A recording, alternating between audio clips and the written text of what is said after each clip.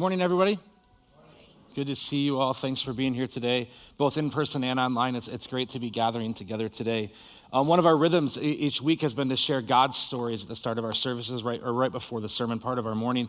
And in a pre-COVID world, that meant we got to throw the blue box around. It was one of my favorite things, is if someone in the back of the room raised their hand. So we got to see if I could throw it that far and not hurt anybody. In this current reality, we've been using the boom mic, and we've decided to put a pause on that. And the reason we've decided to put a pause on it is not because we don't want to hear and share God's stories. We absolutely want that. Is that we don't want to limit it to just the people who are able to come in person right now. We want both and. We want people who are here to be able to share, but also people who are engaging online throughout the week. So what we're asking you to do is as you engage our homework from the previous week's messages and have God's stories to share about what you're learning, that you would go to our website, and if you scroll down just below the front end of the front page there, crosspointwi.com, there's a link for God's stories, and you click on that and submit them there, and then whoever is speaking that each weekend will share some of the stories that we get in that week. One of the things that I love about that practice is it's always encouraging to hear how God's at work in our body as it's scattered normally, and especially as it's scattered right now all over the area as we figure out how to live faithfully in this current reality. So continue to write down those stories, submit them to the website so we can continue to celebrate those together. This morning we're going to continue in our neighboring series. And the heart behind this series is that we believe that God is inviting us as a church, both like collectively and as individuals, to look at where he may be moving in the lives of the people around us and what it looks like to join him in that work. Each week we'll spend time in the scriptures looking at a passage where we see how God worked and was revealing to the people in that passage where he was moving. And then our homework's always going to be an opportunity to engage in a practice for the week together. See how God is at work in our neighborhoods, our workplaces, and anywhere else we interact with other humans. And today's practice reminds me of my dad. My dad was a really hardworking electrician. Like I can remember him working a lot, like both when he worked for companies and then side jobs in the evening. He was a great dad and a great husband. I was his first employee at his own company, but it was kind of that type of employment that I didn't really ask for. Like it was the kind where you're 12 years old and the sun comes up and your dad wakes you up and says, "Let's go, we'll come back when the sun's down, let's go work." It was kind of this forced labor that he did pay me for, but it was not what I was choosing. But at the same time, I have a lot of memories of time with my dad. And he's this guy, he's a lot bigger than me. I'm kind of a runt compared to the genetics of my family. I got kind of left behind in the height category. And he's a really quiet guy. He just doesn't talk a lot. He doesn't say a whole lot. And one of the things that was always true of him, though, is he had these little mantras that were common mantras in other families too, but these are the type of things he would constantly say. Whenever I was complaining about learning something or being sore from practicing for a sport, he no pain, no gain. Jacob, no pain, no gain. Anytime I complained, it was just like that. I know you've said that 48,000 times. I know. I'm just telling you my legs hurt. Yep, no pain, no gain. Okay, thanks, Dad. One of his other ones, and this one was reserved mainly for me in our household, was loose lips sink ships. I don't know what it means still. But I think it has something to do with the fact that I talked way too much. And he's like, if you keep talking all the time and just talking, you're going to get yourself in trouble. Loose lips sink ships. Most of his mantras had 4 words. My sisters remember them better than me. They have a whole list of the 4-word phrases my dad used. And some of these phrases have now become things that the grandkids, my kids, are picking up on. They talk about Grandpa Dave's phrases. And one that's really common, especially for my daughter, Lena. Lena's our 10-year-old daughter. All my kids are wild. None of them are calm and peaceful like my wife. They're all wild and loud like me. But Lena's the most talkative. Her nickname's the reporter because she always has to tell everybody everything that's going on. So if you're near Lena, she'll tell you the dirt on our family. It's just what she does. And so often when Lena's in Michigan and with my parents and she's telling stories and just talking, my dad will look at her and say, "Lena, God gave you 1 mouth and 2 ears so you'd listen twice as much as you talk." And this is like one of her favorite phrases now. Now she is sassy, so she goes, "Yeah, I got 2 lips. I can still keep talking." That's also the sass that probably comes from me. But this picture of like the listening more that you're talking is a really beneficial thing. And it's beneficial just as a practice in normal life, but it's even true when it comes to spiritual. It's true when it comes to neighboring and moving towards the people in our lives with love. You see, this morning our big idea is this, is discerning where God is at work often requires our mouths to be closed and our eyes and ears to be open. Discerning where God is at work in the lives of the people around us often requires our mouths to be closed and our eyes and ears to be open. When we're monologuing and talking and dominating conversation all the time, it can be really easy to miss where God is at work, especially in someone else's life. One place we see this as true in the scriptures is in Acts chapter 17.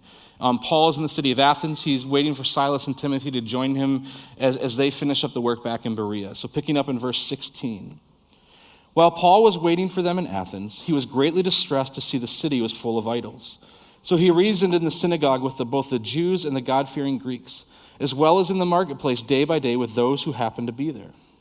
A group of Epicurean and Stoic philosophers began to debate with him. Some of them asked, "What is this babbler trying to say?" Others remarked, "He seems to be advocating foreign gods." They said this because Paul was preaching the good news about Jesus and the resurrection. Then they took him and brought him to a meeting at the Areopagus, where they said to him, "May we know what this new teaching is that you're presenting? You're bringing some strange ideas to our ears, and we'd like to know what they mean." All the Athenians and the foreigners who lived there spent their time doing nothing but talking about and listening to the latest ideas. So when Paul's in Athens, when he gets there, it's an overwhelming experience for him. He spent the majority of his life in Israel in a monotheistic culture where most people were worshiping Yahweh and nobody else. And while there was Roman occupation and Roman people there, so there would have been some of that polytheistic worship, it was still primarily Israel. He's not used to idols everywhere. And as he continues to spread throughout the Roman Empire and follow God's leading, he ends up in Athens, and it just says he's distressed by what he sees. Athens is this whole nother level of idol worship. What I found crazy to me, looking at the background of this story, is that Athens' cultural, military, power peak was 500 years before this. I just don't, living in America, things like 500 years just don't make sense to me. Like how a culture, a city could be powerful 500 years before and still be relevant that much later. And when Paul gets there, it's not the big deal militarily anymore. It's not the big deal financially anymore. But the Roman Empire looked at Athens and kind of left them alone and said, you guys do your thing because we love the thinking and the stuff that comes from you. And so Athens was still looked at as this center of culture and thinking. And so as Paul walks around, there's just trigger warnings everywhere for this abhorrence for idolatry that comes out of the Jewish Christian story. This idolatry being a massive problem, it's just everywhere. You're looking around and there's temples and statues to all these random little gods everywhere, and Paul's distressed and overwhelmed by it. And he's alone. Typically, Paul doesn't travel alone. But he's alone for now, and he's in this city, and instead of running away and hiding, he walks around the city with his mouth closed and his ears and eyes open, observing what's going on. He's absorbing as much of their culture as he can because he wants to see where God might be working. Where are spaces that it's evident that there's a spiritual hunger in these people? That in the midst of all this idolatry, in the midst of all this worship of all these miniature gods, is there a sign of God moving in their lives and this hunger to know the truth about who God is? And so he spends time in the local synagogues on the Sabbath, and he spends every day in the market talking. And when he's in the market, he gets caught up in this kind of debate with the Epicureans and the Stoics. And this is one of those kind of fun moments that nothing unites like a common enemy type moment. As the Epicureans and the Stoics didn't like each other. They had completely different views, but they both didn't like Paul's teaching. So they kind of unite here, this guy is saying crazy stuff, we need to get rid of him. The Epicureans believed that the gods were distant and uninvolved in life, and the goal of life was just to feel good, to hide and get away from physical pain, to keep emotional distress really low. And this was primarily the wealthy class because they had the funds to pursue that kind of a lifestyle. Don't want to be uncomfortable, emotionally, physically, or anything. So that's just the goal of life, is to be happy and feel good. The Stoics were a more popular movement because it was among the common people, not the rich. And it was this view that God is in everything and so we should live in harmony, very kind of Eastern religion type thinking. There's not a God. God is within everything, pantheistic. They called God the world soul. He's just a soul in everything. So these two oppositional people, they hear Paul teaching, and they're we got to get this guy out of here somehow. And the charge they level against him, the advocating foreign gods, it's the charge that was famous in Athens for what they leveled against Socrates. When Socrates was expelled from Athens in 400 BC-ish, The two charges against him was that he was advocating foreign God and he was exciting the youth. So they're using one of these famous charges against Paul where he's going to have to be brought in front of what's basically the Supreme Court of the city. And so they bring him there, and their job is basically either to condemn him and kick him out of the city, or license what he's saying and saying, yeah, he can continue to teach that here in Athens. So picking back up in verse 22. Paul then stood up in the meeting of the Areopagus and said, "People of Athens, I see that in every way you are very religious. For as I walked around and looked carefully at your objects of worship, I even found an altar with this inscription to an unknown God. So you are ignorant to the very thing you worship, and this is what I'm going to proclaim to you. The God who made the world and everything in it is the Lord of heaven and earth and does not live in temples built by human hands. He is not served by human hands as if he needed anything. Rather, he himself gives everything life and breath and everything else. From one man he made all the nations, that they should inhabit the whole earth, and he marked out their appointed times and histories and the boundaries of their lands. God did this so that they would seek him and perhaps reach out for him and find him, though he is not far from any one of us. For in him we live and move and have our being. As some of your poets have said, we are his offspring. Therefore, since we are God's offspring, we should not think that the divine being is like gold or silver or stone, an image made by human design and skill. In the past, God overlooked such ignorance, but now he commands all people everywhere to repent. For he has set a day when he will judge the world with justice by the man he has appointed. He has given proof to this to everyone by raising him from the dead." When they heard about the resurrection of the dead, some of them sneered, but others said, "We want to hear you again on this subject." At that, Paul left the council. Some of the people became followers of Paul and believed. Among them was Dionysius, a member of the Areopagus, and also a woman named Damaris, and a number of others. So Paul, by looking and listening and learning, has absorbed much of this culture, not to condemn it. This is what's kind of interesting. It says he's distressed about it, but his move isn't to walk into the Areopagus and start condemning them. His move isn't to come in there and tell them how idolatrous and wicked they are. That's not his first move. He's listening and learning and looking around to see where God might be at work. He wants to see where there's a spiritual hunger. And there's so much that Paul could be condemning, but he chooses not to. Out of his spiritual rootedness, his rootedness in listening to the Spirit, he's looking for a connection point. And he starts by affirming their religiosity. Like they're super religious. There's temples and statues everywhere. But they're not in agreement. They're just really religiously observant. And for Athenians and Romans at the time, it would mean they just like to talk about philosophy and ethics. That's what religion was to them. He mentions this altar to an unknown God. Well, Athens has all these famous statues of all the Greek gods. There's this one that was there to an unknown God. And centuries before, a plague had wiped through Greece and was wreaking havoc all throughout Athens. And they're making sacrifices to all their little god statues, and nothing was changing, nothing stopped it. And they decided to set up an altar to an unknown God, and when they sacrificed to that unknown God, the plague stopped. And that's why this altar remained there. It's like, yeah, that one time way back when our city was getting wrecked, like when we sacrificed to this unknown God, we don't really know who he is. He must be more powerful than all these other little gods. The plague stopped. And so that statue or that altar still remained. And so Paul looks at that and he says, listen, you guys already have an imagination for something different, something better, something more powerful. Let me tell you who that really is. He then contextualizes the good news. He takes the gospel and speaks it in a way that will make sense to the Athenians. His starting point is different here than other places in the book of Acts. In the city of Antioch in chapter 13, talking to a primarily Jewish crowd, he starts his sermon by talking about the Jewish history in the scriptures. In chapter 14, he's in Lystra, which is like a farming community, and he begins a sermon by talking about how God provides the rain and the crops, foods for the stomach, and joy for the soul. And so wherever Paul is, he's living and listening with this awareness to notice where there may be spiritual hunger, where God may be working in people's lives, and then contextualizes the good news, takes it and presents them in a way that actually would be good news to them. Like to the Athenians, who probably have very little idea about the Jewish God and the scriptures, if Paul walked in the room and started quoting from the Old Testament, they'd probably be like, okay, great. Nice book, nice stories, Paul. That doesn't connect to us at all. But he connects with where they're actually at. He's talking to people who sit around and talk about philosophy. And he references an altar he saw in the city.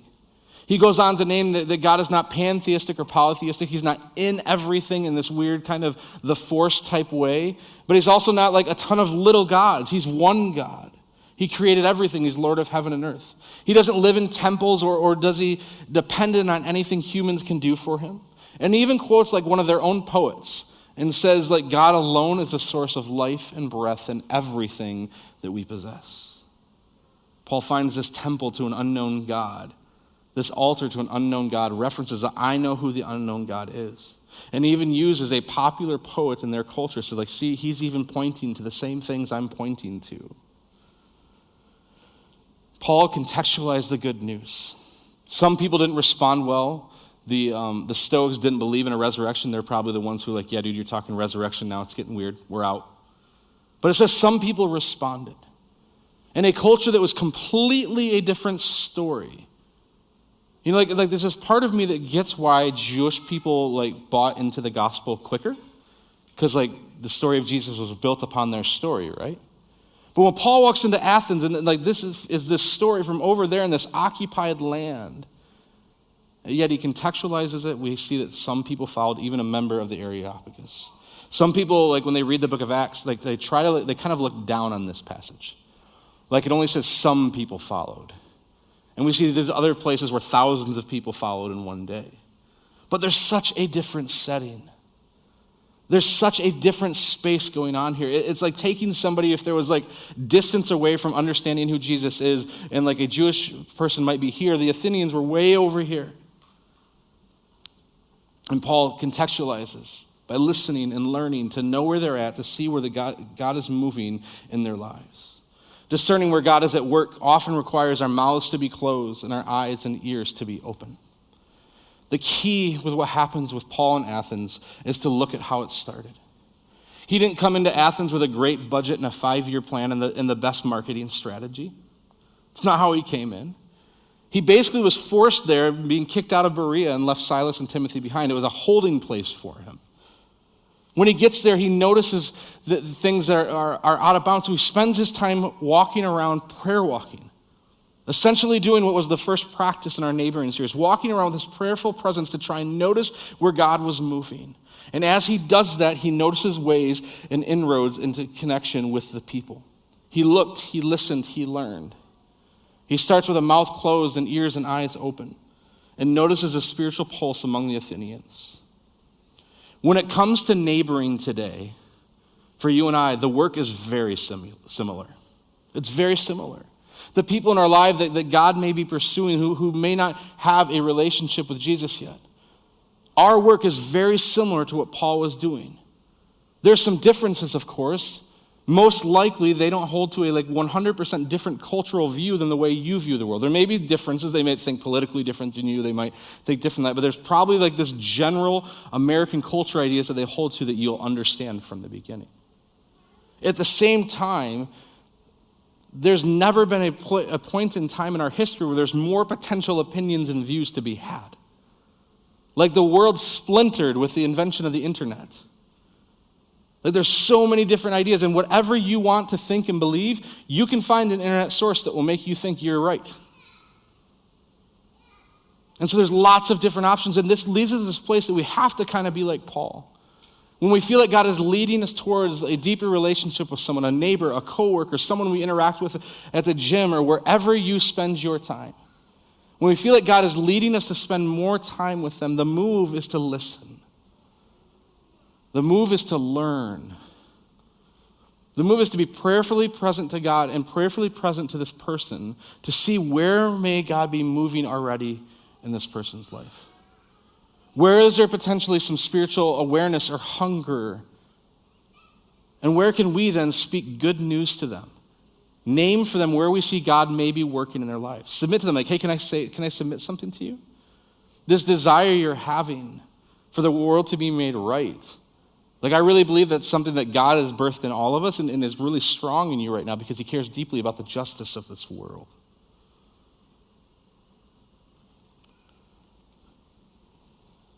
While we are not strangers to our culture like Paul was, there's a strange culture among us because it's so splintered and fractured. One of the ways I remember first learning this was true was when I was a youth pastor and I was in this cohort with a guy who's kind of a youth ministry guru, like nationally.